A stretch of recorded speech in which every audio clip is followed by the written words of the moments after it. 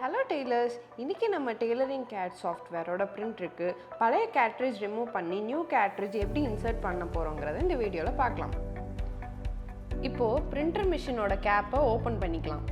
cartridge remove பண்றதுக்கு முன்னாடி printer machineோட switch off-ல இருக்கான்னு செக் பண்ணிக்கணும். உங்க machineல ஆல்ரெடி பேப்பர் இருந்துச்சுனா நம்ம ரோலர் மூலமா பேப்பரை ரிமூவ் பண்ணிக்கலாம். பேப்பரை ரிமூவ் பண்றதுக்கு முன்னாடி பிரிண்டரோட ஸ்விட்ச் ஆஃப்ல இருக்கணும். அப்படி ஸ்விட்ச் ஆஃப்ல இல்லாம ரோலரை ரொட்டேட் பண்ணா ரோலர் பிரேக் ஆயிடும். பேப்பர் கட்டர் ரிமூவ் பண்றதுக்கு முன்னாடி அதோட லாக்கை அன்லாக் பண்ணிட்டு கட்டரை ரிமூவ் பண்ணிக்கலாம். இப்போ கேட்ரிட்ஜோட ரிப்பனை ரிமூவ் பண்ணணும். ரிப்பனை எடுத்ததுக்கு அப்புறமா நம்ம கேட்ரிட்ஜை ரிமூவ் பண்ணிக்கலாம். கேட்ரிட்ஜை ரிமூவ் பண்ணதுக்கு அப்புறமா மெஷின்ல ஏதாவது டஸ்ட் இருந்தா கண்டிப்பா க்ளீன் பண்ணணும்.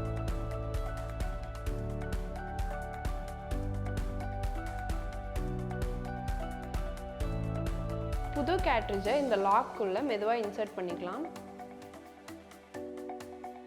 அடுத்ததா புது கேட்ரிட்ஜோட ரிப்பனை பிரிண்டரோட ஹெட்ல கேர்ஃபுல்லா இன்சர்ட் பண்ணிக்கணும். நம்ம இன்சர்ட் பண்ணியிருக்க ரிப்பன் லூஸா இருந்தா இங்க தெரியுற லாக்கை நம்ம டைட் பண்ணிட்டா ரிப்பன் டைட் ஆயிடும்.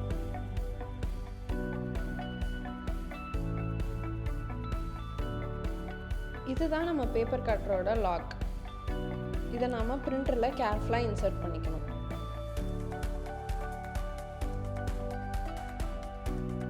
அடுத்ததான் நம்ம பேப்பரை பிரிண்டரில் இன்சர்ட் பண்ண போகிறோம். அதுக்கு முன்னாடி நம்ம பேப்பர் எதுவும் கிழியாமல் கசங்காமல் இருக்கணும். அந்த பிரிண்டரில் 3 பாயிண்ட்ஸ் இருக்கும். அந்த பாயிண்ட்ஸும் நம்ம பேப்பரில் இருக்க ஹோல்ஸும் மேட்ச் ஆகிற மாதிரி வச்சு லாக் பண்ணிக்கலாம். பேப்பரை பிரிண்டரில் இன்சர்ட் பண்ணக்கப்புறமா ரோலரை மெதுவாக ரொட்டேட் பண்ணி பேப்பரை கரெக்டான பொசிஷனில் செட் பண்ணிக்கலாம். பேப்பர் செட் பண்ணதுக்கப்புறமா நம்ம கேப்பை லாக் பண்ணிக்கலாம். இப்போ நம்ம பிரிண்டரோட ஸ்விட்ச் ஆன் பண்ணக்கப்புறமா அதோட கேட்ரிட்ஜ் இந்த மாதிரி ரன் ஆச்சுன்னா நம்ம சாஃப்ட்வேர்லேருந்து பிரிண்ட் எடுத்துக்கலாம். இந்த வீடியோக்கு அடுத்ததான் நம்ம சேனலில் லேசர் மிஷின் எப்படி ஆப்ரேட் பண்ணுங்கிற வீடியோ அப்லோட் பண்ண போகிறோம். ஸோ அதுக்கான நோட்டிஃபிகேஷன் உங்களுக்கு வரணும்னா fashion.younglaser சேனலை சப்ஸ்கிரைப் பண்ணிக்கோங்க.